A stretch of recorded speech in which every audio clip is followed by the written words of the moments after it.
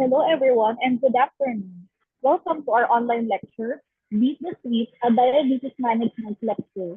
It's fantastic to see so many of you here today. To start off, let's take a moment for an opening prayer, and please join me in this moment of reflection, and afterwards, let's come together to honor our nation with the national anthem.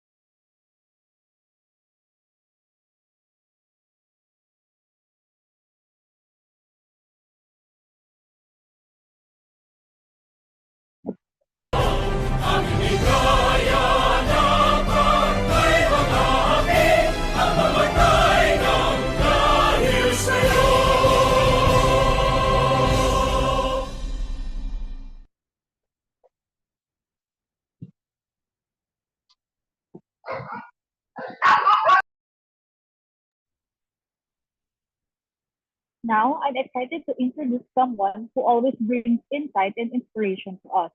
Please welcome Dr. Jean Antonio Villarreal, our training officer for the Department of Pediatrics, to give us the opening remarks.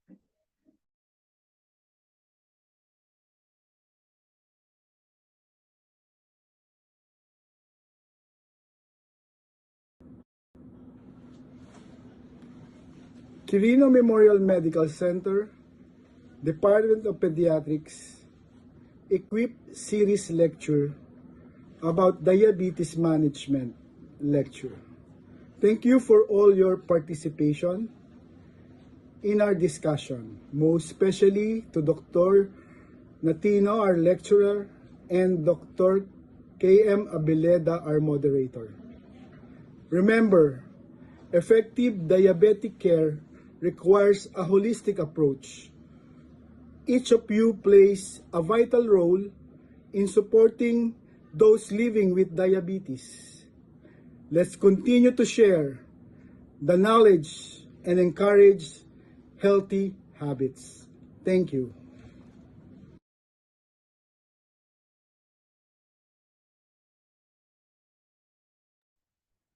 Thank you, Dr. Villarreal, for those encouraging words. Now, it is my honor to introduce our Medical Officer 4, Dr. Arthur Benaventura, to introduce to us our esteemed speakers.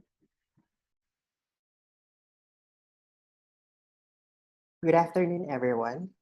It's my pleasure to welcome you to EHQUIP Series, Beat the Sweet, a diabetes management lecture. Our speaker is a known pediatric expert with an impressive background on pediatric endocrinology and metabolism. She earned her medical degree from University of Santo Tomas, Faculty of Medicine and Surgery, where she excelled academically. Following that, she pursued her pediatric residency training at St. Luke's Medical Center and further enhancing her expertise in pediatric endocrinology and metabolism at Philippine General Hospital and KK Women and Children's Hospital in Singapore.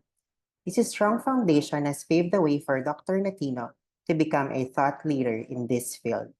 Please join me in welcoming Dr. Natino, who will delve into pediatric diabetes management and sharing insights that promise to inspire and challenge us all. Without further ado, let us give a warm welcome to Dr. Antoinette Abigail Natino. The floor is yours now, Dr.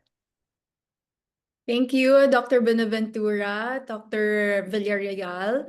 Just give me a few seconds or probably minutes to share my slides, and also to Dr. Abeleda for the kind introduction. If there's any way that I would like to be introduced to you Rizaleños, is that I'm also a Rizaleño. So I'm actually from Binangonan, Rizal. My parents are known to those from Binangonan as Kabebet and Kaboy. So wait, are you seeing my slides now? And I'm happy to be of service to you, and ultimately to be of service to our patients. I'm sorry, I think that Zoom changed the way that that it's being projected. Okay, so I'm showing the whole slide, no? Hold on.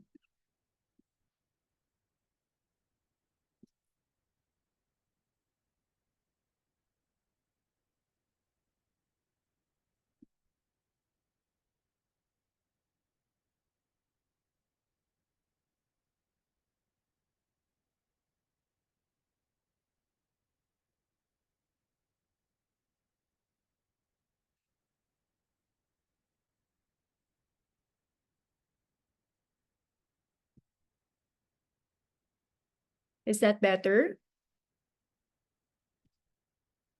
So you're seeing my slides now, KM? Yes po, Doc. In the speaker view? Yes po, Doc. Okay na po yung Right. view po. I'm sorry? Okay na po, Doc, yung view po.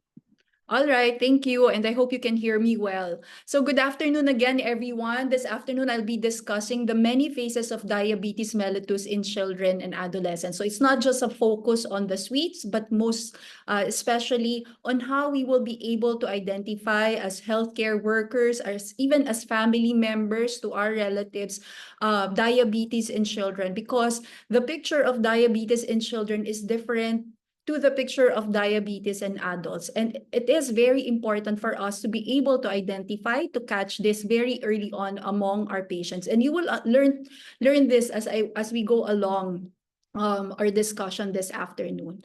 So for this afternoon, these are our learning goals. Number one is how to diagnose diabetes mellitus. Diagnosis of diabetes mellitus, as I said earlier, may be a different picture in children, but the criteria will be the same as in adults. So this will also be helpful for those primary healthcare physicians who have joined us this afternoon in being able to catch also adult patients. But mostly, of course, because I'm a pediatric endocrinologist, this discussion will mainly be on children.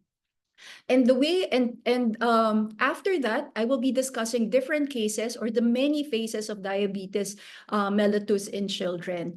And later on, discuss acute complications of diabetes. And also I've included management or care of patients in resource-limited settings. So I know that outside of Manila, there might be limited resources. So let's go about and let's discuss that. And maybe in the open forum, you may also share your thoughts on what you feel you need help on. All right, so the first case I have here a 12-year-old boy who was brought to his pediatrician because mom noticed continued weight gain and progressive darkening of his neck and armpits. Lately, mom noticed he has been waking up in the middle of the night to pee. And mom denies any weight loss. In fact, continued weight gain is the concern. He has frequent admissions due to asthma attacks and is maintained on inhaled controllers and has upper respiratory tract infections. He is doing well in school, but is not in any sports and spends time on his gadgets during free time. Both grandparents from maternal side are diabetic and are on insulin. Also, they suffer from high cholesterol. Grandma from dad's side had a heart attack in her 60s. Both his mom, the patient's mom, are pre-diabetic. Currently, his weight is 112 kilograms, height is 177.3, so actually quite tall, and the BMI or the body mass index is at 35th percentile, 35 or at 99th percentile. When he was examined at the clinic, his vital signs were normal, but what's significant is that at 12 years old, he has acanthosis nigricans and is already in Tanner 3 puberty, meaning to say he's already in the advanced stage of his puberty. Case number 2, 16-year-old primigravid admitted at 23 weeks of gestation for preterm labor.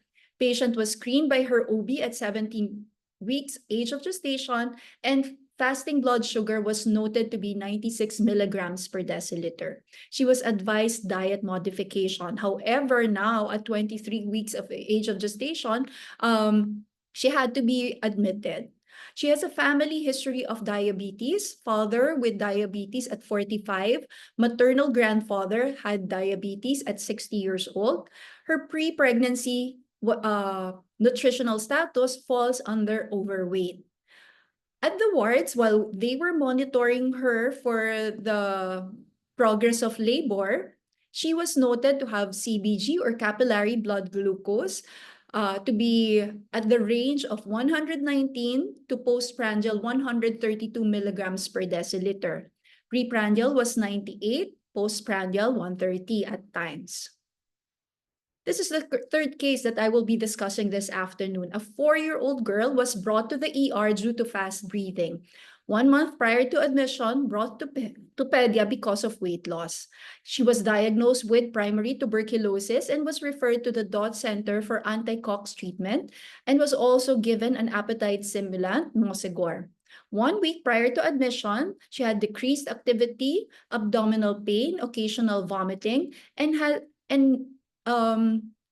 and also on history taking, she was noted to have urine. That's because she's not still diapered. She's not yet diaper trained. So at night, she's still on diaper. And the parents noted that urine has been spilling from the diaper at night. Dad has pre-diabetes and uncle has diabetes at 45 years old.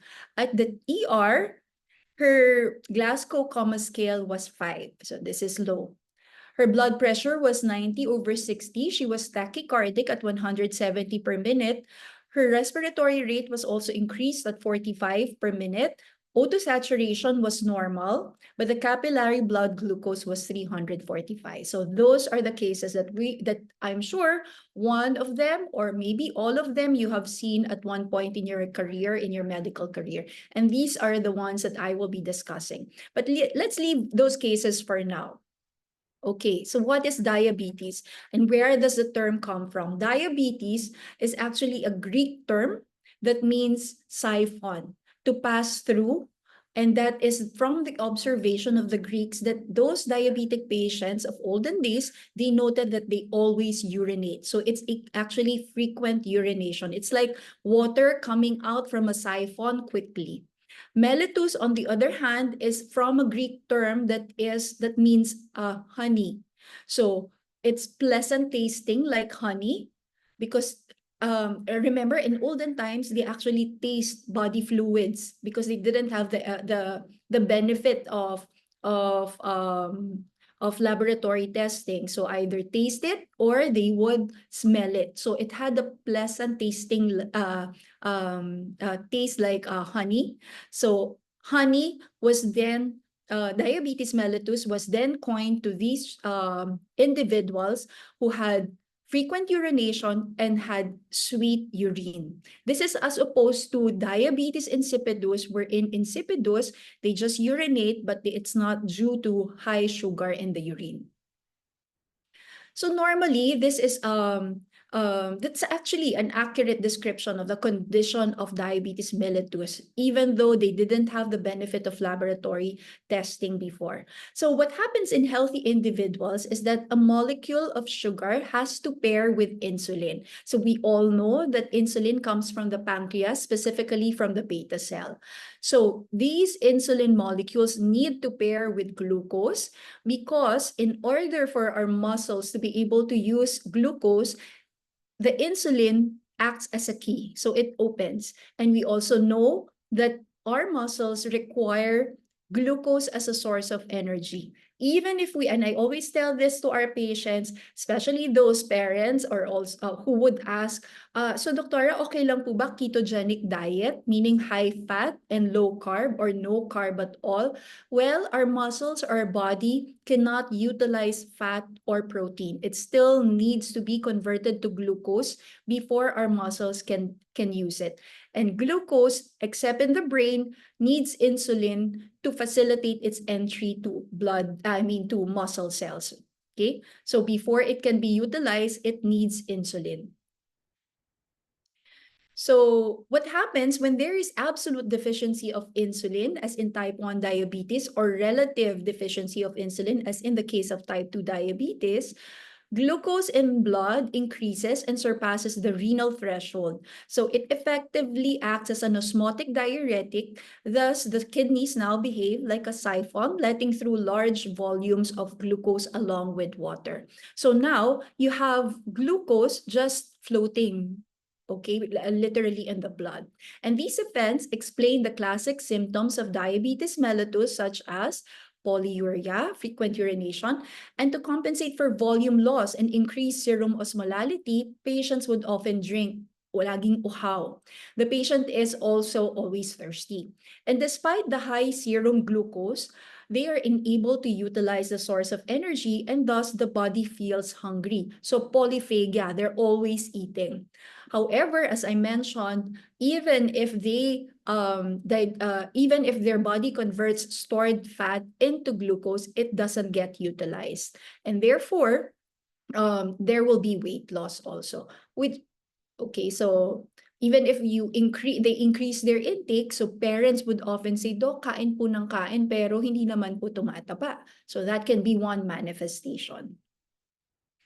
So therefore, diabetes mellitus describes a complex metabolic disorder characterized by chronic hyperglycemia, resulting from defects in insulin secretion, insulin action, or both. And currently, we just cluster them to two subtypes. But no matter the subtype, this will be the criteria for the diagnosis of diabetes mellitus. So typical symptoms of what I just mentioned: polyuria, polydipsia, frequent drinking, and frequent urination. So maybe in class, maybe the teachers will observe, Mami, parang punta po siya ng toilet, ihi po siya ng ihi, and then inom po siya ng inom. Weight loss. So all of these typical symptoms of diabetes plus, so therefore, there should be a laboratory test that is done. One test that you can do is random blood sugar. If the level is 200 milligrams per deciliter, for some laboratories, they would request, they would present it in millimoles per liter. If it is more than or equal to 11.1 plus these symptoms, that's diabetes. Fasting blood sugar may also be done. So in children, you can do random blood sugar or fasting blood sugar. How long should the fast be? 8 hours. And if the level is 7 millimoles per liter or more, or in milligrams per deciliter more than 126 or equal to 126, that's diabetes. Another option is a 2-hour post-load glucose. What does that mean? You give, this is for children, a 75-gram anhydrous glucose solution. So you know that varies. I think most of you would be familiar with this. Usually the flavor is orange, or like very sweet orange juice. So the child will be asked to do fasting for 8 hours. Then a fasting blood sugar will be taken, and then another one at the second hour. So I often see laboratories who would do a 1 hour. So for children, we only need, for OGTT, oral glucose tolerance test, we only need fasting as well as the second hour. And if you feel that the child is too light, then you have to compute the sugar load or the glucose load that you will give. And the dose is 1.75 grams per kilo of body weight. And then you just extract it from, because the usual preparation is either 50 grams or 75 grams. You'll have to coordinate with your laboratory regarding how much glucose you will give. And so there are other results that may come out. This may be the result that may come out. So normal would be a fasting blood sugar of less than 100.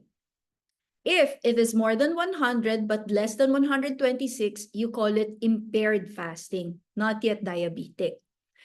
If it is less than 126, in OGTT, that is called impaired tolerance test. So they are still not diabetic. If the random blood sugar or the 2-hour post-OGTT result is more than 200, the child is already diabetic. But if less than 200 but more than 140, the child has impaired glucose tolerance. On the other hand, you may also request for an HbA1c. HbA1c is glycohemoglobin. Remember, hemoglobin or the RBCs live in our body for 3 months or 120 days. And it is where glucose attaches. And therefore, what I tell patients is, this is like, in their lingo, this is like a screen capture of your sugar or the average sugar in the past 3 months. If the HbA1c is more than or equal to 6.5, the child is considered already to have diabetes. If it's more than 5.6, but less than 6.5, then pre-diabetic. Therefore, if the HbA1c is already at 5.7, that's already abnormal. Okay, because some laboratories, they would have interpretations and they would say, oh, abnormal na ito. And the parents are left confused, or sometimes they would write they're normal when in fact, when it is more than 5.6 already, 5.7 and above, that's already pre-diabetic. Okay, so any value that is here means that it's not normal, it is pre-diabetic. And in children, you have to have either close monitoring of the child or start treatment already. So we will discuss those treatments later on. So remember earlier I said that there are currently two clusters of diabetes identified in children, which is type 1 and type 2. But if you look closely, there are actually at least 10 types of diabetes. The ones that I mentioned are type 1 and type 2. So you have type 1, which is autoimmune mediated, type 2, which is a combination of insulin resistance and insulin deficiency. So which one is genetic? Yung namamana, type 2. However, there are other classes or classifications of diabetes. There are what we call the maturity onset diabetes of the young. So these are from genetic defects. The genetic defect is already there. And normally, these are the children wherein you will see that they have diabetes early on, but they're not obese, they're not overweight, but there's a strong family history of diabetes. And you will look closely, their diabetes is from generation to generation, and usually the onset is quite young, in their 20s, 30s. Hindi yung like in type 2 diabetic families wherein the lolas and the lolas would have it in their 50s, in their 60s, or even 70s. There's also the drug or chemical-induced diabetes. And one particular medication that I'd like you to look into would be those patients, rheuma patients, wherein they're being given high doses of glucocorticoids. So that is a drug-induced form of diabetes. Also, those leukemia patients who were given L-asparaginase, they can come in due to pancreatic beta cell damage from the L-asparaginase, they can come in already in DKA. Another common medication that's given to children, those who have epilepsy, would be phenytoin, although it's being given less and less already to epileptic children. There are also the diseases of exocrine pancreas, as cystic fibrosis. However, this is not common among us Filipinos. Infection, like congenital rubella syndrome. So they would have cataracts, they can also develop, but the cataract is from the congenital rubella rather than from the diabetes. CMV, or cytomegalovirus, and hemolytic or HUS, hemolytic uremic syndrome, can also lead to diabetes. There are other variants here, but less common, but I would like, and I will discuss in a while, one, and sadly, particular occasion that we see, or the classification that we see in children, which is this gestational diabetes. Unfortunately, among Filipinos now, we are seeing more and more teenage pregnancies. I hope that will be one of the concerns, or one of the concerns that we will address in your community, in our community that we serve. Okay, so let's go back to our case. Case 1 is a 12-year-old boy. What were the pertinent features that I mentioned? Continued weight gain, progressive darkening of his neck and armpits, as you can see here, right? Okay. And some parents, although more parents are more aware now, some parents would think that this is dirt. So hindi siya dumi, it's not from sun exposure, but rather this is a sign of insulin resistance.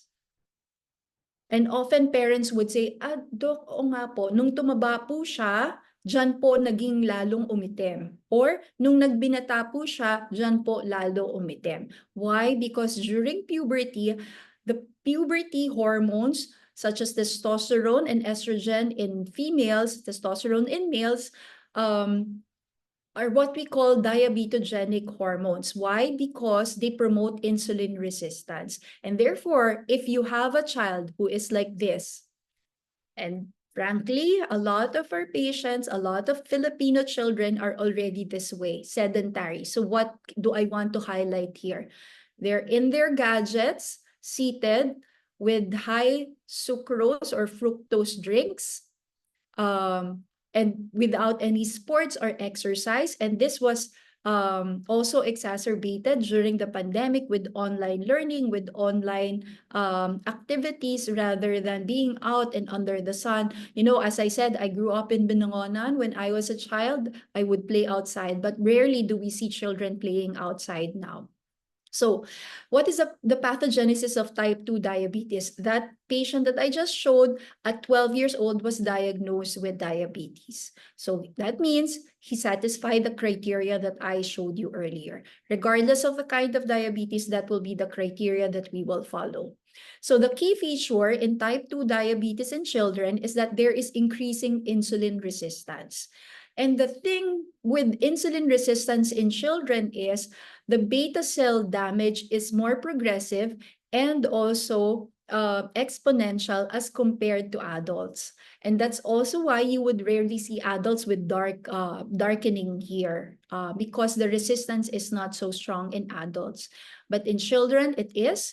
And once you have a pre-diabetic child who is in puberty, the progressions to diabetes, the beta cell death is more progressive than in adults. That's why we all need to take this seriously. If you find a child with the features that I mentioned earlier, you have to start monitoring through blood tests, also encouraging them to have weight management.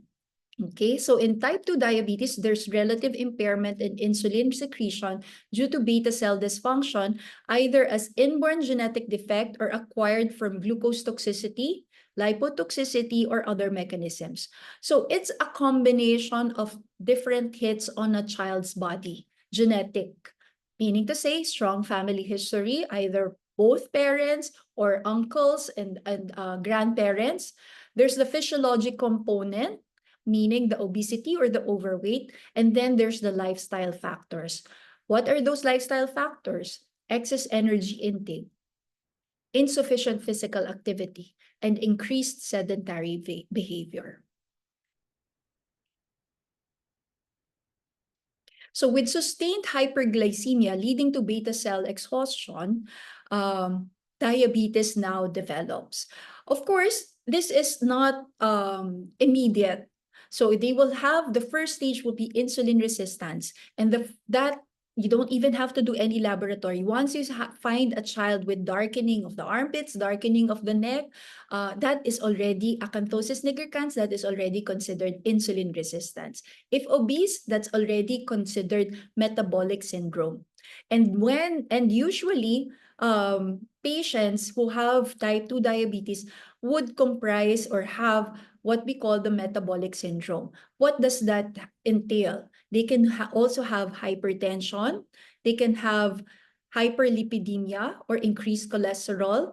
They can have, as I said, acanthosis nigricans, fatty liver, AST, ALT, and polycystic ovary syndrome in females. So what should you do then when you encounter a child with acanthosis nigricans? Number one, and we all know this, we really should be taking the blood pressure of children as early as 3 years old, at least annually. So for your patients, I hope you are doing this as recommended by the Philippine Pediatric Society. So blood pressure, you may already request for a fasting lipid profile. Also fatty liver, so request for liver enzymes, SGPT, SGOT, or AST, ALT. And you may even go ahead and request for a liver ultrasound or a whole abdominal ultrasound. And then for polycystic ovarian syndrome, if you are suspecting this in a girl, you don't need to do transrectal ultrasound. In children, in adolescent females, we only need hirsutism, abnormal menstruation. So what you should do is ask them to have a menstrual diary. Don't do transrectal ultrasound yet. And also one thing I need to let you know is that us being Filipinos, we are actually classified as Asian and Pacific Islanders.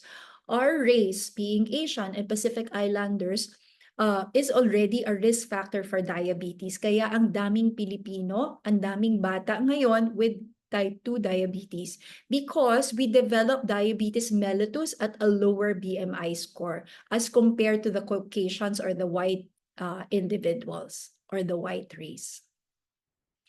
So, how do we treat type 2 diabetes in children? By the way,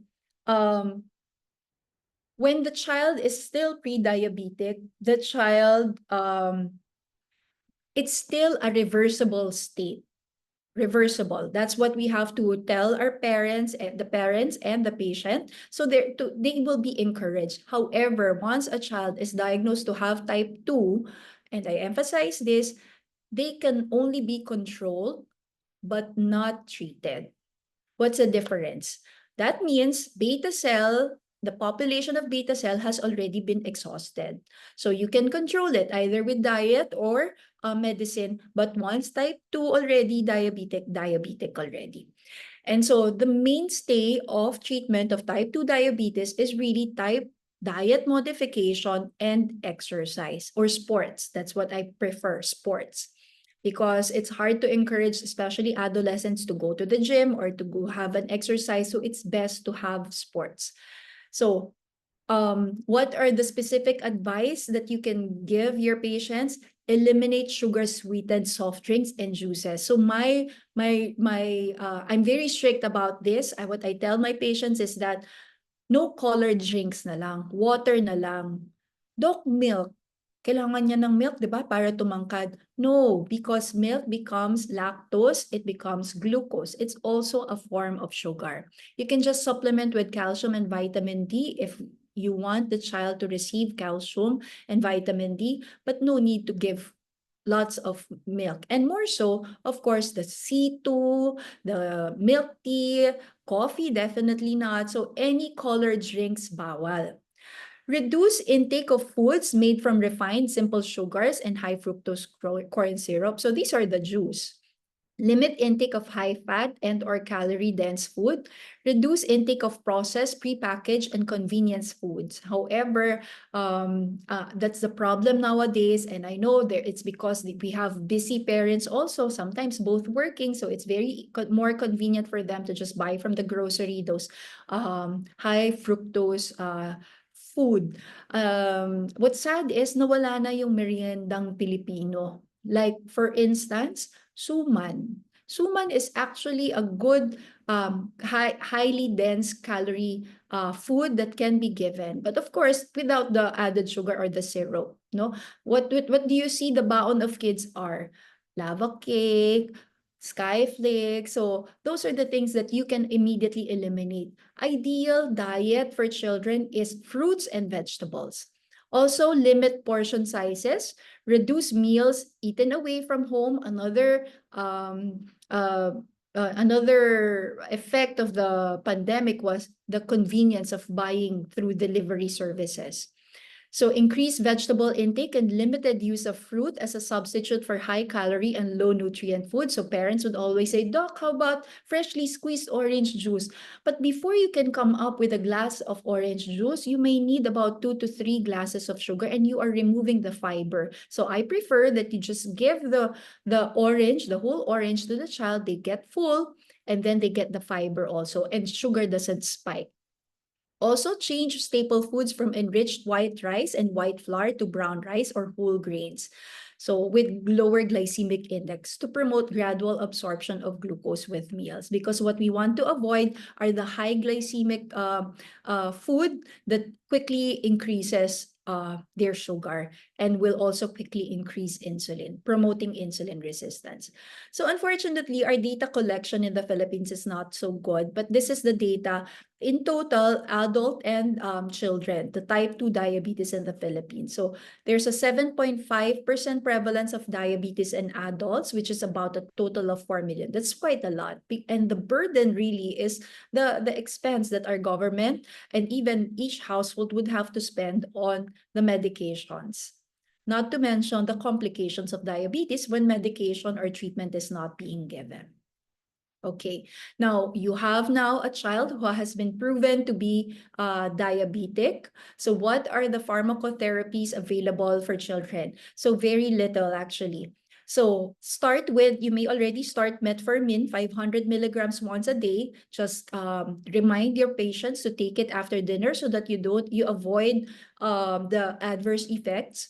To a maximum, this is a maximum of 2 grams or 2,000 milligrams a day. So you can split it either 500, 500, 500, or 1,000 in the morning, 1,000 in the evening to make 2 grams. So it could be 1,500 grams to 2 grams a day, split into doses. But what I always do with adolescents is I simplify. So the more simple the regimen for them and for the family, the more successful you will be. So common question among parents, Doc, lifetime po ba ito? Not necessarily. If you are able to control with the first treatment, which is diet and lifestyle modification, you're able to control the diabetes, you can actually wean them off metformin, especially when they are out of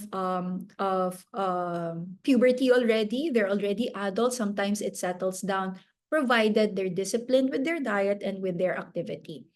For those children who have HbA1c of 8.5% and above, and also with ketonuria and ketosis, there's an option to already start insulin. And this is why before the diagnosis in children was insulin-dependent diabetes mellitus. But there has been a trend to type 1 and type 2, and we've shied away from those terminologies of insulin-dependent and non-insulin dependent. Why? Because, as I mentioned earlier, we have to be more aggressive, and even type 2 patients may, whether children or adults, may require insulin treatment as well to control their diabetes. So don't be confused. It doesn't mean that when a child is receiving insulin, the child is already type 1. No. Nowadays, you may see children being given insulin also, even though they are type 2. However, if you have an obese child, with diabetes, it is still important to rule out type 1 diabetes. You will see here that now, this was only very recently, I think 2023 or 2020, just this year, no, 2023, when it was approved that we can now give SGLT2 inhibitors to children, such as empagliflozin. Of course, I cannot mention the brand name, but this is available in the Philippines. Other injectables that may be given to children are the liraglutide, semaglutide, and dulaglutide. All right.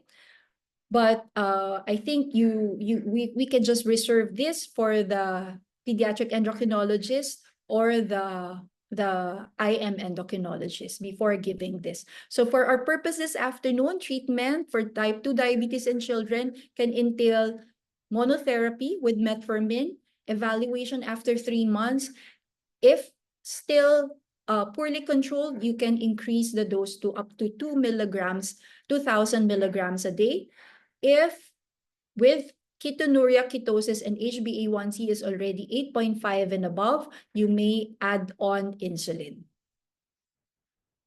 But just a caution, when you have a patient with type 2 diabetes and you start insulin, it may be a double-edged sword because it can also promote more insulin resistance. Okay, let's go now to our second case. The 16-year-old preemie gravid who was admitted with a fasting blood sugar of 96. What did we say earlier about fasting blood sugar that will qualify a patient to have diabetes? We said that if it is 126 and above, that's diabetes. So do you think FBS of 96 is normal or not? So we'll find out.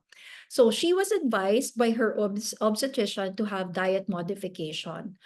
She has a family history of diabetes. Her pre-pregnancy weight was overweight, and seemingly, these were her blood sugars. By the way, capillary blood glucose, the glucose that we get from the finger prick, is not the same as random blood sugar. So it cannot be used as a diagnostic tool. So if you have a patient, let's say, merong relative with diabetes and they have the glucometer at home and then comes to you, Doc, yung sugar niya kaninang umaga, nasa 185 po. So you have to ask, how did you get it? If it's glucometer or through finger stick or through self-monitoring of blood glucose, SMBG, those are the terminologies, you cannot take it as a diagnostic tool to say that the patient is diabetic. You have to proceed with FBS or RBS or OGTT.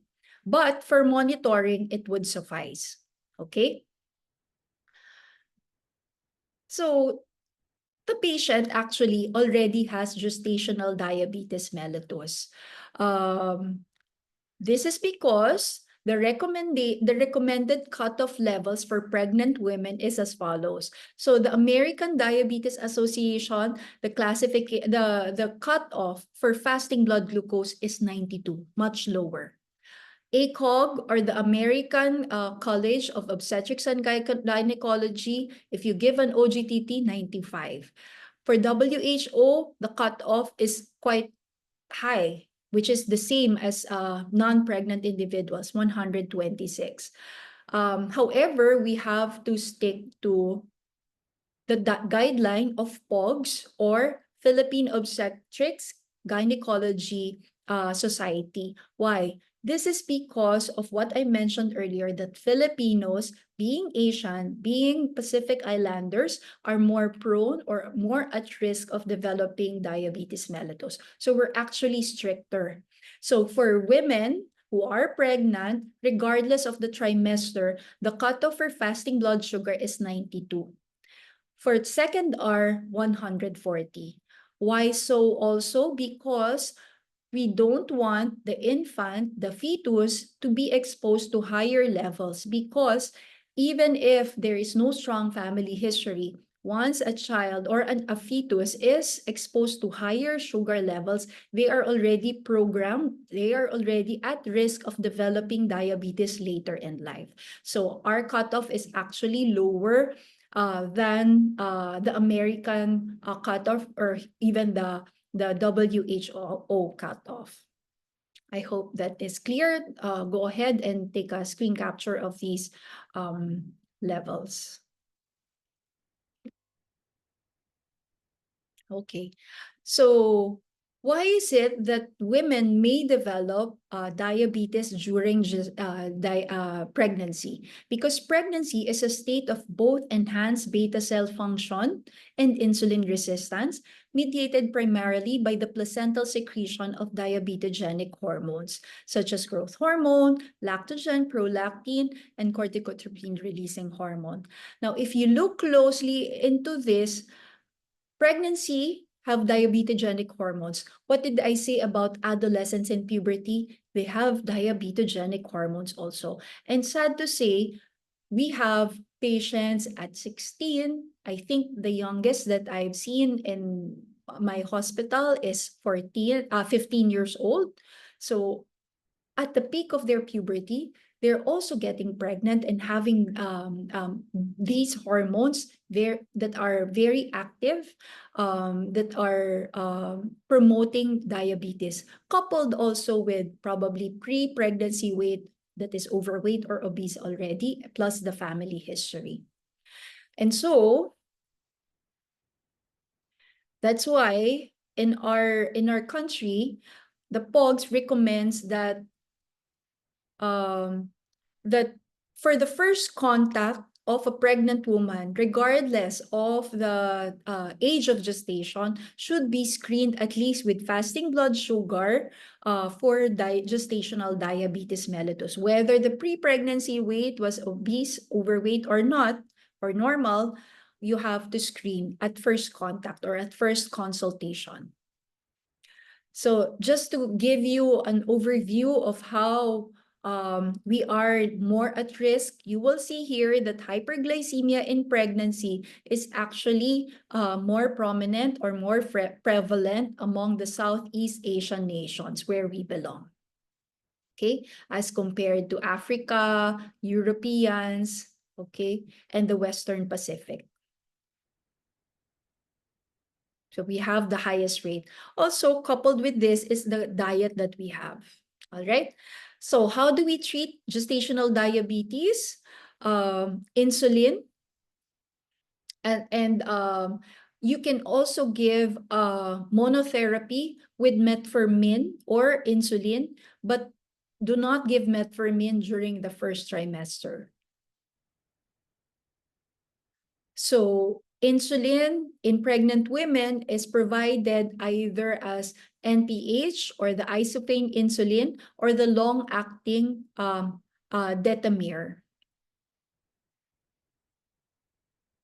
I purposefully didn't give the dose because I prefer that when that you take home from this learning is really how to diagnose and how to pick up diabetes.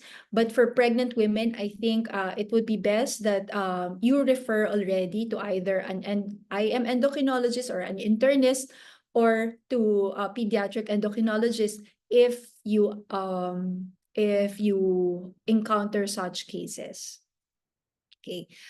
I'm not being able to see but I don't see any messages from the chat, so I suppose there aren't any questions at this point, but go ahead and put in your questions already, and then we can discuss them later on. All right? Okay. We're already at case 3. We have a 4-year-old girl who was brought to the ER due to fast breathing. 1 month prior to admission, she was brought to her pediatrician because of weight loss. So diagnosed with primary tuberculosis, and I think that's normal to rule out infection or chronic infection first. However, when you do encounter a patient with weight loss, you have to dig further and ask further for other symptoms also, because one of the differentials would be diabetes mellitus. So how do you ask if there's weight loss? Is she less active? Is she urinating or waking up at night? Or is she having bedwetting, such as in this case, okay? Because I think the 1 month period wherein she could have been evaluated further was missed. So it was a missed opportunity. Until 1 week prior to admission, there was decreased activity, abdominal pain, and occasional vomiting. So at the ER, already the GCS was already 5. Her capillary blood glucose was 345. Remember, I said that this should not be used as a diagnostic tool for diabetes. However, when it's already 345 and a child is presenting in this manner, you have to admit the patient. Why? Because what we're considering is type 1 diabetes, and probably we have to rule out diabetic ketoacidosis. So type 1 diabetes, as opposed to type 2 diabetes, is the presence of absolute deficiency of insulin. So it's no longer because of resistance, it's no longer because of beta cell dysfunction, but it's because of beta cell destruction. Why? Because of autoantibodies. And by the time they are symptomatic and they present, there will only be about 10% left of beta cells, and 90% of beta cells will already have been destroyed. So these are the ones that really require, from the get-go, insulin. So diagnosis is through isolation of islet cell antibodies. Unfortunately, here in the Philippines, this is only available in a few institutions, and only GAD is available in the Philippines. The rest of the 3 other antibodies are not present. If you have a patient as such and you test for GAD or the antibody, and it turns out negative, it doesn't rule out type 1 diabetes because there are other antibodies that could have triggered it. Children who are obese, as I mentioned earlier, should still be screened for type 1 diabetes mellitus. How? Through the antibodies. One other way of doing that is through an insulin assay if they haven't been started on insulin, or C-peptide for those who are already on insulin. Okay, so type 1 diabetes is a condition that impacts all ages. So this is by the numbers worldwide. We do have data in the Philippines. It's not as common as in our Western counterparts. It's not common. And that is also why we need to raise awareness, because it's not common and it's not being observed more frequently by all healthcare workers. We have to have that higher level of suspicion when we do encounter, because if we miss it, the consequences may be catastrophic. And what would be that consequence? TKA. All right. So, and this is what I want to discuss in detail further, because this may be the cases that you will have to refer to us, to tertiary healthcare centers, that is. So how do you diagnose diabetic ketoacidosis? So as the name implies, there should be diabetes, there should be ketoacidosis. So how do you diagnose that? You have to have hyperglycemia, a random blood sugar of more than 200. But of course, you're not going to wait. If you already have a CBG that's 300 plus or even 200 plus, you have to already start initiating treatment, and also start monitoring or admit the patient. Don't send home the patient and wait for the result of the random blood sugar, especially if the picture of the child is already in that manner, okay? So request for random blood sugar, not fasting blood sugar. Ideally, VBG, venous blood gas or arterial blood gas is taken. But I understand in a lot of institutions, this is not available and they have to send it out. But try your best to do that, okay? Because it will also dictate how your management will be, how aggressive you can be, or how you progress your treatment. So if the pH is less than 7.3, or the bicarbonate is less than 18, then that is already ketoacidosis, okay? Or acidosis. How do we document ketosis? Ideally, it's really through blood ketones, ketonemia. So the presence of more than or equal to 3 millimoles per liter means there's ketonemia. However, in our setting, and even here in Manila, a lot of the hospitals do not have serum ketones or blood ketones. So we do away with urine ketones. But as I always tell my residents, urine ketones is not the same as the serum ketones or the ketones coming from DKA, because what we measure in urine is acetoacetate, which is not beta hydroxybutyric acid, but it will do. And if it's moderate to large, then you have satisfied the criteria.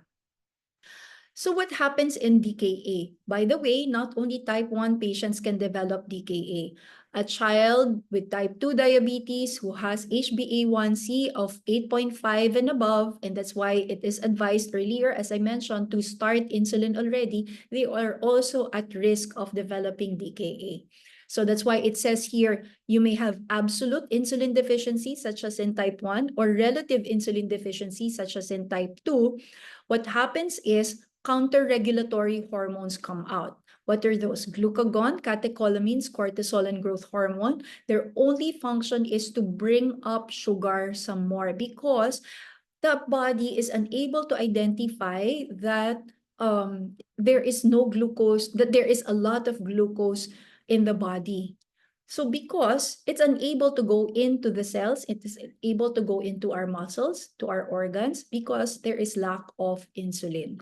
So it only identifies that it's hungry, that it doesn't have glucose. And therefore, these hormones keep on increasing, and they keep on increasing glucose. And with the increase in glucose, there's further gluconeogenesis and hyperglycemia.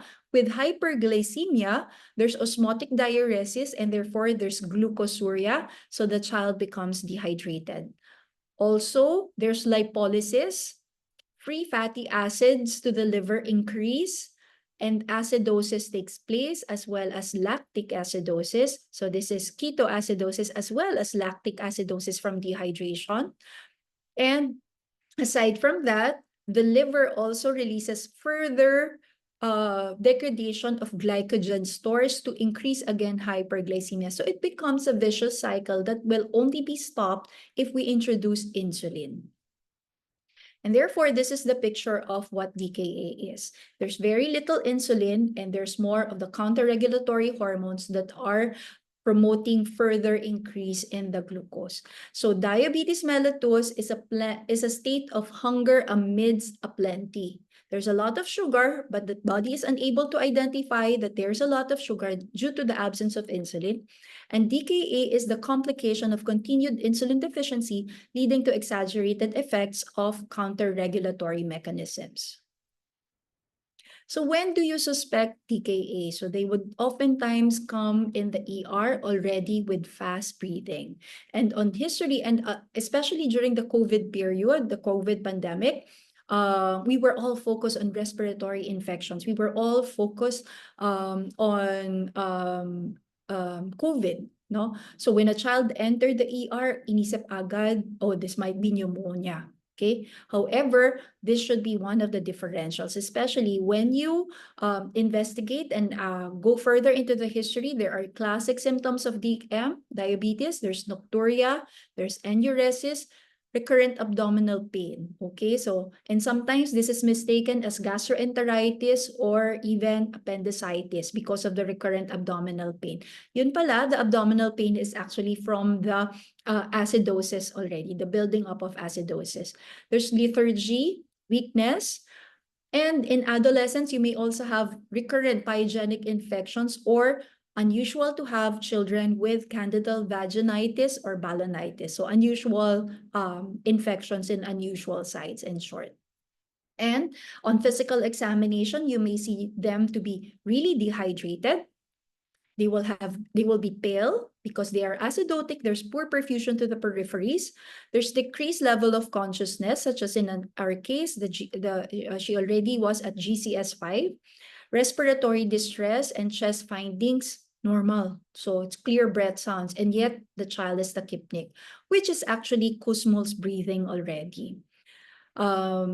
So there will also be on history weakness. Ay, oo nga po, doktora, parang hindi na po siya naglalaro agad, naglalaro masyado, or madali pong mapagod in the past few days or in the past few weeks.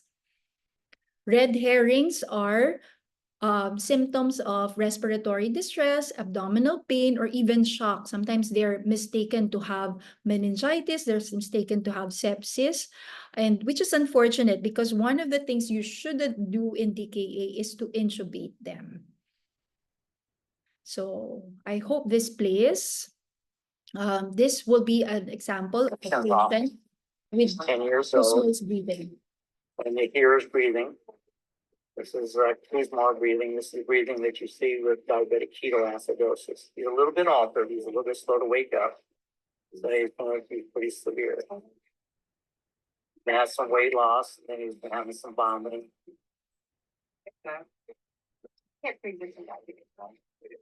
No, this is new. This is brand new.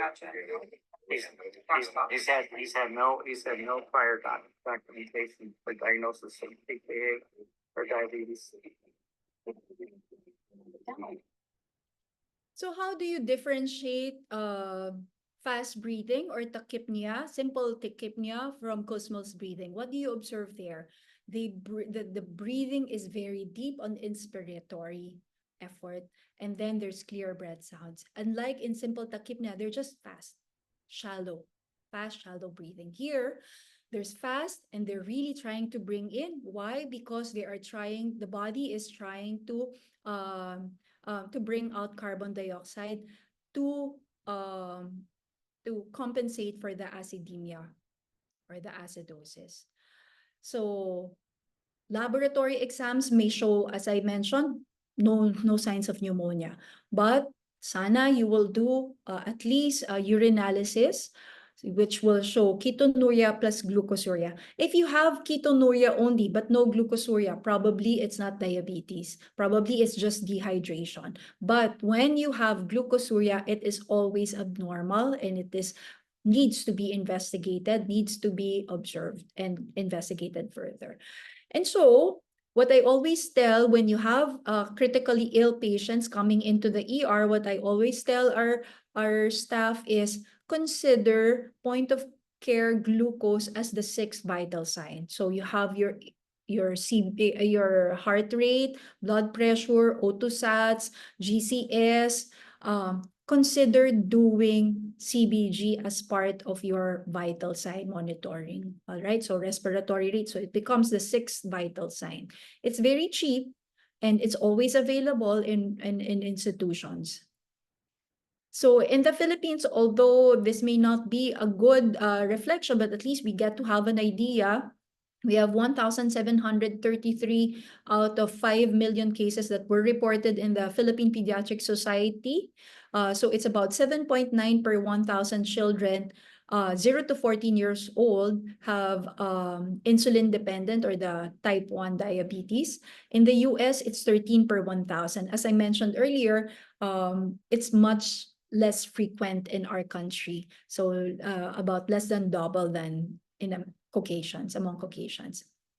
Okay, so we already discussed this, hyperglycemia, acidosis, and ketosis. Now, it is important now, that's why I said it's best to have a VBG or an ABG so that we can classify the severity of DKA.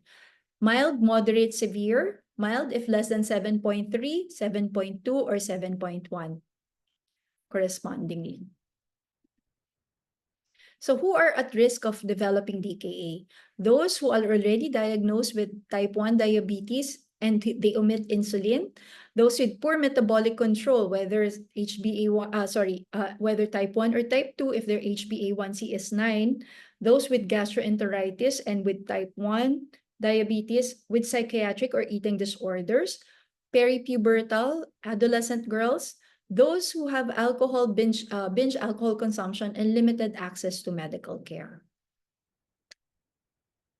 Also, the morbidly obese with undiagnosed diabetes, delayed diagnosis, and residents in a country with low prevalence of type 1, such as our country, but through this EHQUIP series, I hope that the information gets disseminated and there will be more awareness and we're able to catch them before they develop DKA or before they develop severe DKA even more. Okay, so how do we manage DKA? For the laboratory test, these would be the ideal set of tests that we will request. RBS, C-peptide, antibodies, sodium, potassium.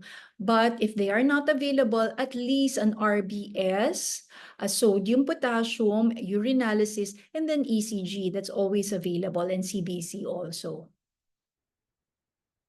And how do we manage? This is just my own acronym so that you can be guided. Oftentimes, the focus of healthcare providers is to lower the glucose. In fact, in DKA, we should not lower it too quickly because that will bring down the osmolality quickly and it can lead to cerebral edema. So we have to be careful. What we should address first is dehydration, next the ketosis and the acidosis, next the glycemia, and then avoid complications and identify any, if there are, precipitating factors and treat. Sometimes it could be due to infection.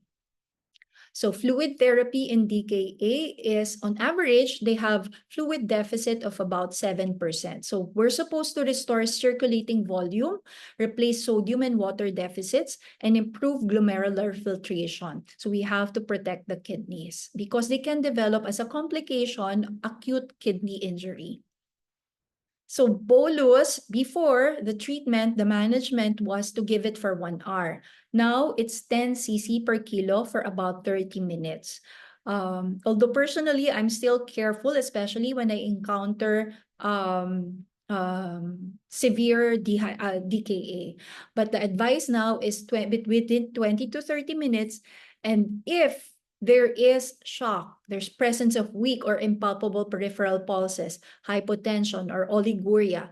And this suggests that the degree of dehydration is more than 10%, proceed with pulse. Meaning to say, you don't give 20 ml per kilo, you have to give 20 ml per kilo already. Okay, so how do we compute for the fluid that you will give? You have to give the bolus, which is 10 cc per kilo within 20 to 30 minutes, and then you compute for the fluid therapy, which is the deficit plus the maintenance. Maintenance is through holiday cigar. Deficit is mild, moderate, severe. The estimation, if there's mild DKA, you give 5% of the current weight.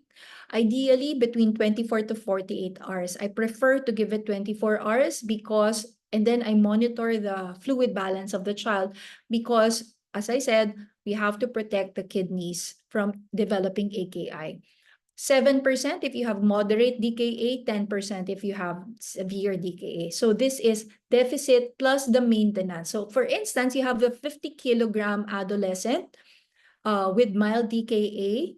So maintenance based on holiday cigar is 87.5. 50 times mild, 5%, is 2.5 liters. You may subtract the bolus, but I personally don't subtract the bolus.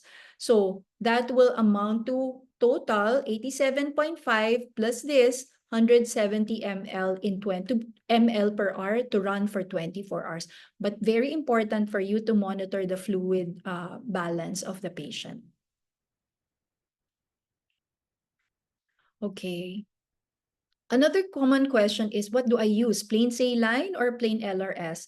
Use of large amounts of chloride-rich fluids combined with preferential renal excretion of ketones over chloride may promote rapid development of hyperchloremia. So it can actually promote acidosis. So that's why it's quite difficult, to be honest. You may use plain saline, but you have to be careful to change to less chloride containing. So ideally, you don't use plain LRS because Ringer's lactate may also cause elevations in lactate levels, which may exaggerate the liver failure. It may be converted to glucose also, which could exacerbate hyperglycemia in DKA.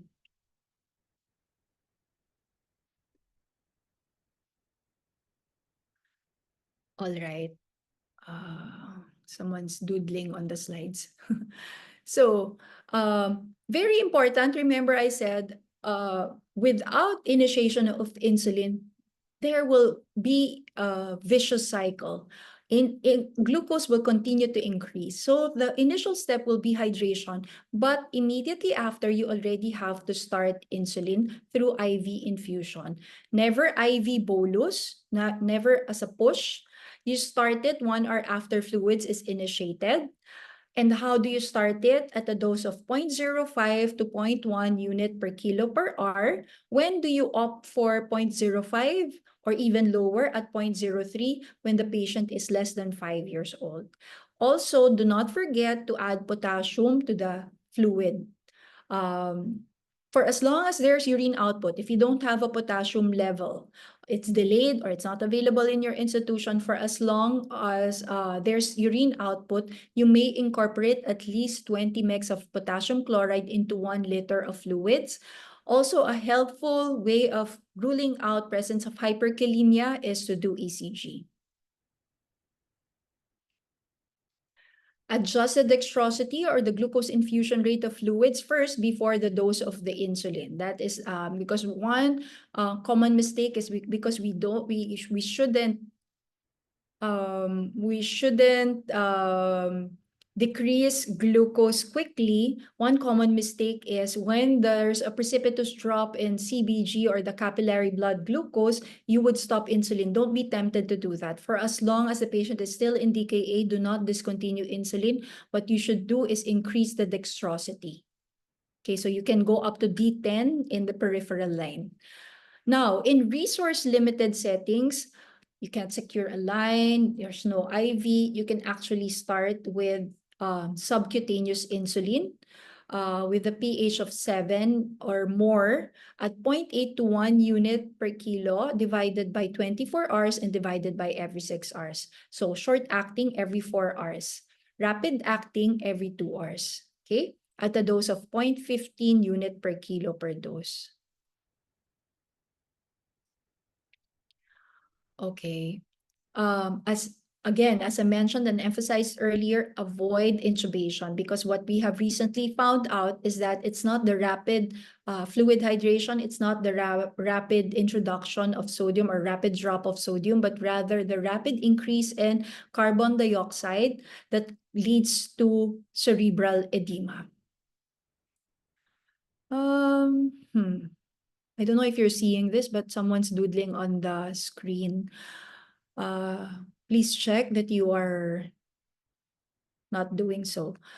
Okay. Bicarbonate therapy, because some would be tempted to increase or to normalize the pH. Please don't. There should be this is considered for the rare patient with life-threatening hyperkalemia or unusually severe acidosis, which is less than 6.9, and compromised contractility, cardiac contractility also. Okay, so what to watch out for in DKA?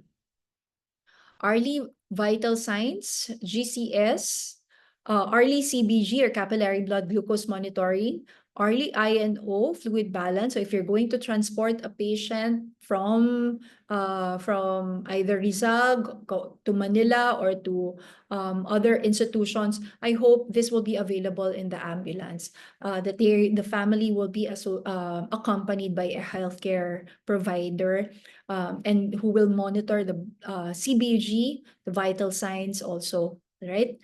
If possible, a cardiac monitor if there's one in the transport. So when do you know that there's already resolution of DKA? There's normal sensorium with good oral tolerance. There's resolution of the acidosis, or there's already closed or normal anion gap. So these are the useful formulas for you to know that there is corrected sodium, rather there's already closed anion gap, and also monitoring of the osmolality and corrected sodium. Complications of therapy include cerebral edema, hypokalemia, hyperchloremic acidosis, hypoglycemia, and inadequate hydration. When do you start introducing oral fluids? When there's already clinical improvement, gising na yung bata, may have mild acidosis still, but the bicarbonate is already more than 15 and the pH is more than 7.3. There's also no ketonuria, so no ketonuria is not used. There's also no ketonemia already. You may already start subcutaneous treatment. So this is just the summary of the initial treatment of DKA. You can take a screen capture of that.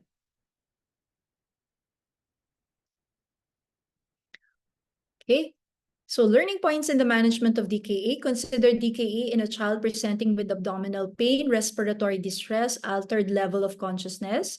Children with type 1 diabetes with poor control management and those with unrecognized symptoms of DM are at risk of DKA.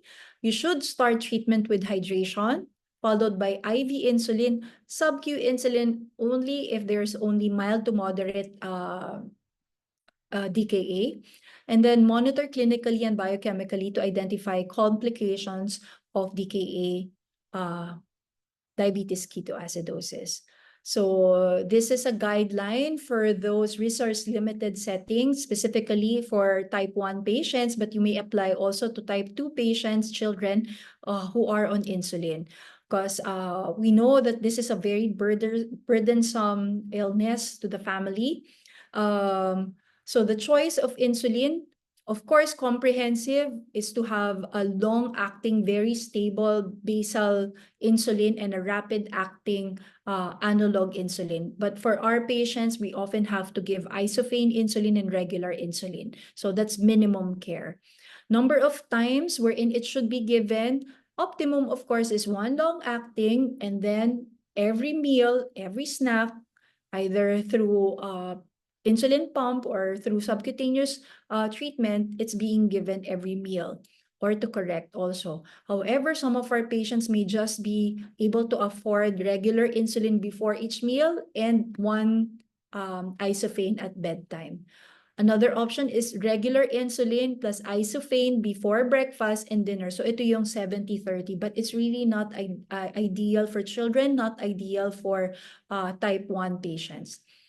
If there is no refrigerator, and I have encountered these such patients, wala silang ref, and the insulin needs to be handled and stored in a refrigerator once opened, you can put in an earthen pot yung palayok. So the brown earthen pot. So that's actually very cold inside. You can store them there. That's an option for the patients. Insulin syringe, we all know also that that is quite burdensome. So at most, up to 10 times. However, discard earlier if touched yung needle, so not sterile anymore, or blunted and painful. Kasi kawawa naman, it may introduce infection also, but maximum 10 times per syringe. So the disposal, I advise them to collect and submit to you when they go to the healthcare facility. Glucose monitoring, what you can do is, ideally, if the child is on insulin, 7-point monitoring. 7-point monitoring means pre-breakfast, post-2 hour postprandial. So that's breakfast, lunch, and dinner.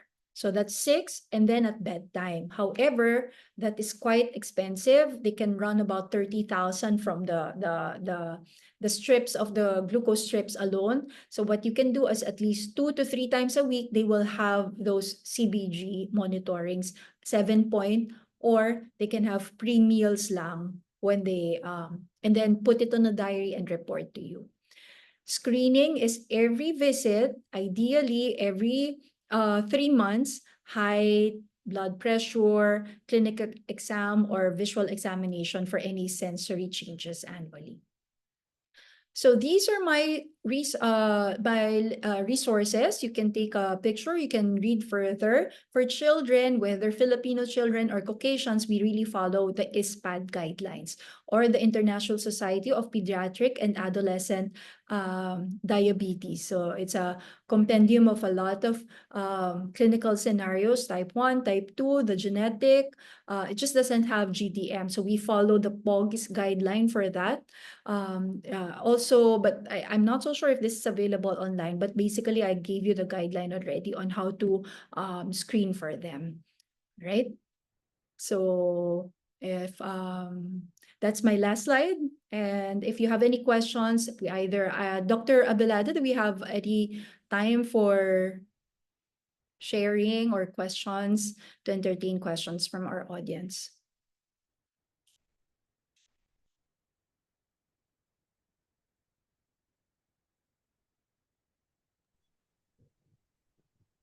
So I don't see any questions right now. Hello, Frida. Can you see my slides po? Yes. So here are the questions sent po by our viewers po. So first po, in your practice po, doctor, what have you experienced is a common misconception about diabetes? So I think that was mentioned in the lecture already. Yes, for instance, the type 1, only those with on insulin are type 1. Even type 2, children can be on insulin. So I think I covered that. You think po there's an increase rate of the misdiagnosis here in the Philippines? I also answered that. Incomplete workup of type 1 diabetes. Definitely.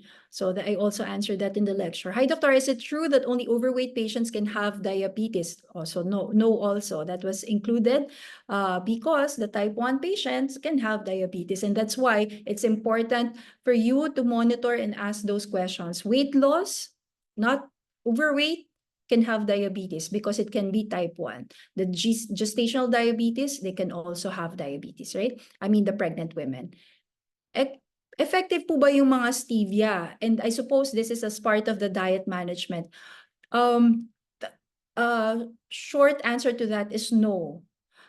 It doesn't increase it doesn't increase in terms of glycemic index, it doesn't quickly increase glucose, it doesn't quickly increase insulin. However, it cheats the body because you still taste it to be sweet. So it cheats the brain into thinking there's still something sweet going on or being taken by the body, and therefore it will have it will want to crave more sweet food groups later on. So it's not necessarily good. What's really best is to train the palate to take non-sweet food.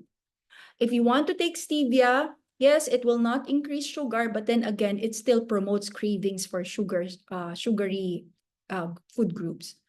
Totoo po ba na nag-skip generation ang diabetes? There's no such thing. Okay? Okay, natatakot ako kasi yung lola ko meron pero nanay ko wala. So that's a myth.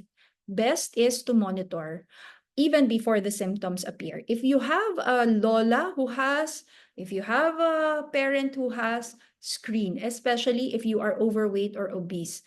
So okay po ba yung Coke Zero? Also not, because it's the same. It's still sweet. It doesn't increase your sugar. However, it will still promote cravings for sugar. How would you educate a pediatric patient about their diagnosis? That's a very valid question because it's hard for a child to understand that they have a chronic illness, that it is something that they will have to deal with. So you really have to walk the child through the pathogenesis of diabetes. How do I do that? I actually draw. What do I draw? The pancreas that I showed you earlier. So I tell them, food becomes glucose in our body. Glucose needs to be matched with insulin. And our muscles need insulin for glucose to enter. So that picture I show them or I draw for them, and I tell them that they need to, so if they are type 2, they need to work on the diet, not so sugary, not high fructose, not high carbohydrate, and they have to use their muscles. So they cannot be sedentary. If type 1, I also promote the same.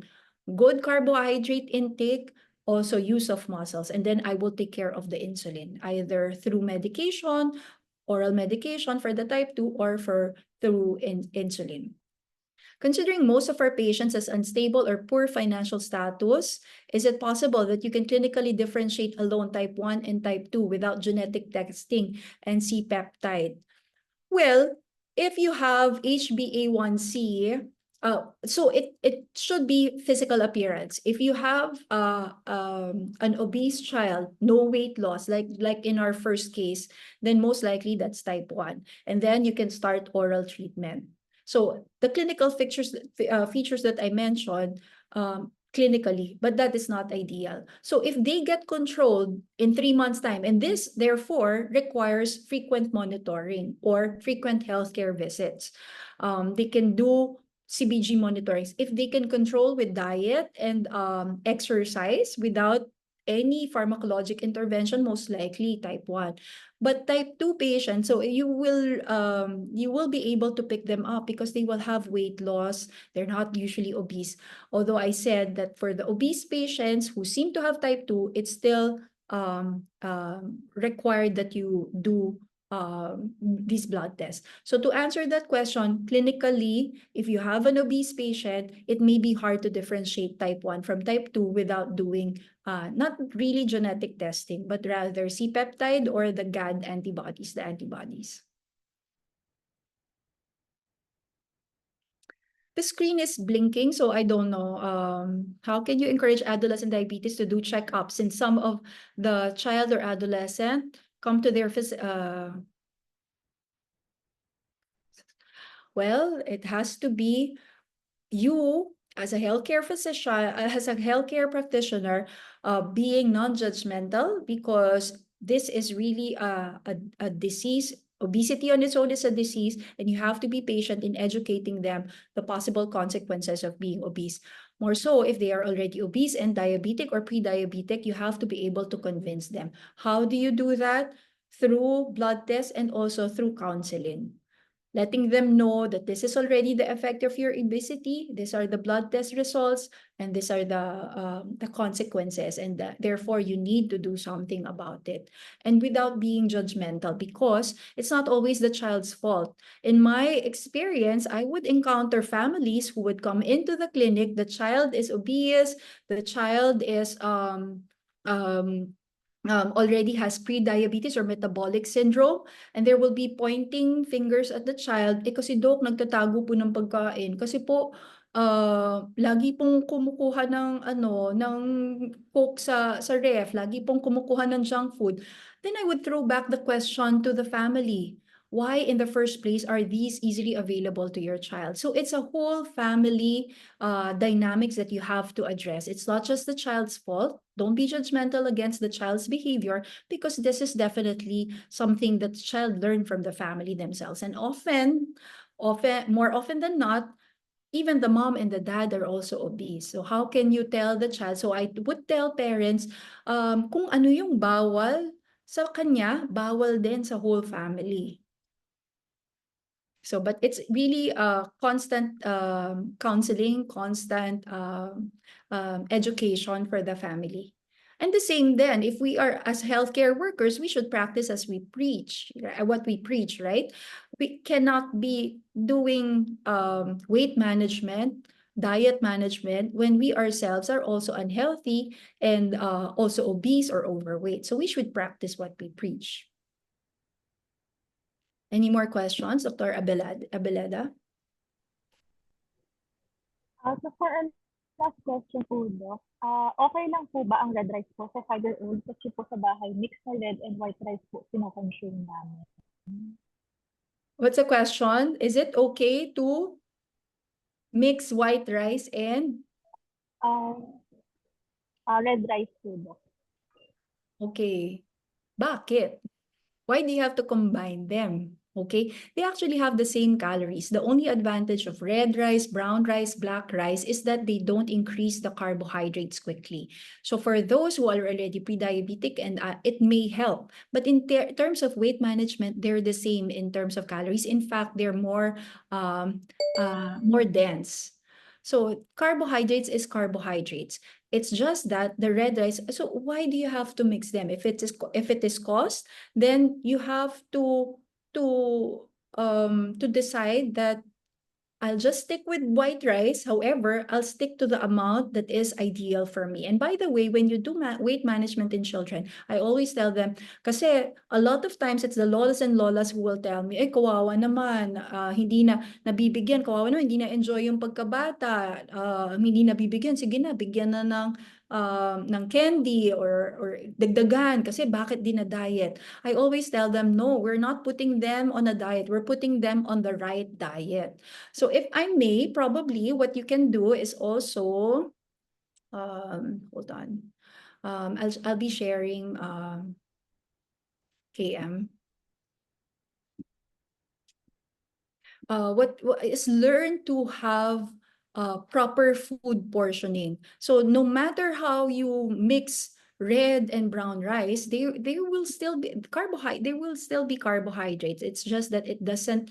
Brown rice will not increase glucose quickly, but it still becomes glucose. It being a carbohydrate.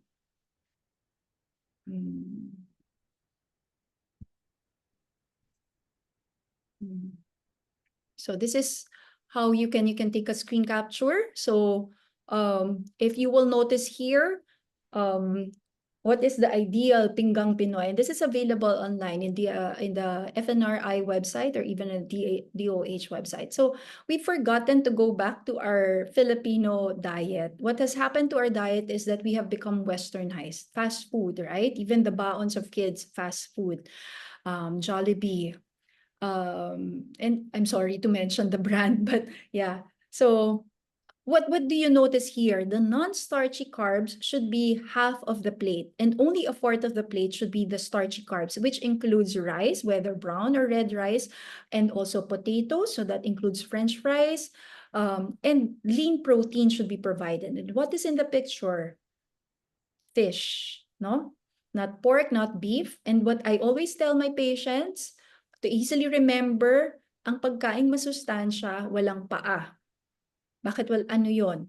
So vegetables, fish, egg, that's it. And nuts for added calories. Pag may paa na, chicken, pork, and beef, this is of course for the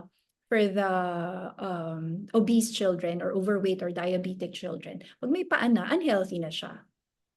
Okay, and this is how you don't even have to measure. Just tell the child, make a fist.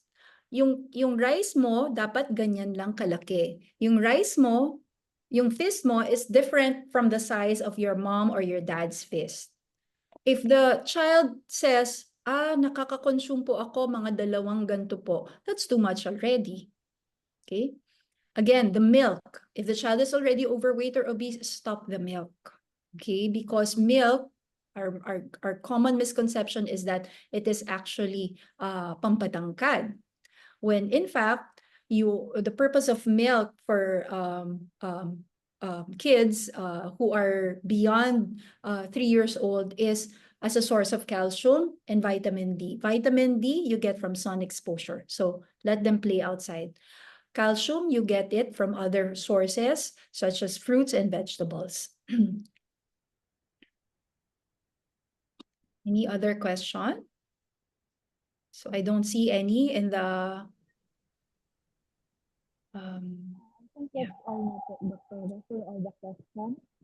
So thank you so much po, Dr. Natino, for that wonderful and informative lecture po.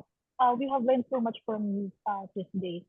So once again, let's give her a round of applause. And we couldn't have done this successfully without you po, ma'am. And also to all my fellow healthcare workers, thank you for sparing your time in attending the seminar. Let's also give ourselves a round of applause. Thank you. Thank you for adjusting and meeting me at this time of the day at 4 p.m. And congratulate yourselves for taking time to learn for our patients. Thank you, and it was a pleasure sharing my expertise with everyone this afternoon. Enjoy your weekend. Thank you, Dr. So to give you a certificate of application, this certificate is presented to Dr. Antoinette Abigail Natino for sharing her expertise and knowledge as speaker during the EHQUIP series, Empowering Healthcare Workers through QMMC's Universal Healthcare Initiative Program, Beat the Sweet, a diabetes management lecture held on September 28, 2024 at Quirino Memorial Medical Center, Quezon City, Philippines. Signed by Dr. Trisha Bautista and Dr. Evelyn Victoria Rosino. Once again, thank you po again, Dr. Natina. My pleasure. Thank you also, KM, for hosting this afternoon's activity. So to give us our closing remarks, I would like to show a video from Dr. Alice Relico, our Assistant Training Officer for the Department of Pediatrics, to formally close the event.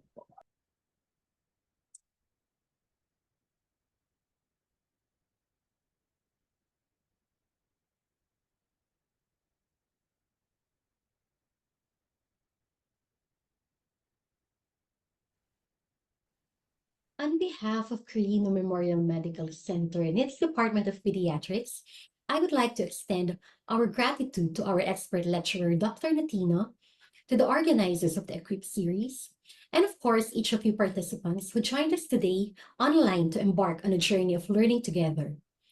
Rest assured that we will always try to improve and elevate the quality of learning that we offer to you, our partners in healthcare, for the benefit of our future patients. We look forward to seeing you again in the next EHQUIP activity. Thank you and enjoy the rest of your weekend.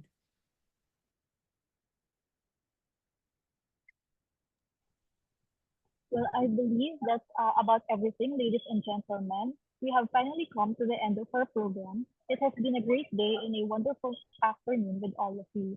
Please don't forget to sign the attendance in our chat box for the attendance link.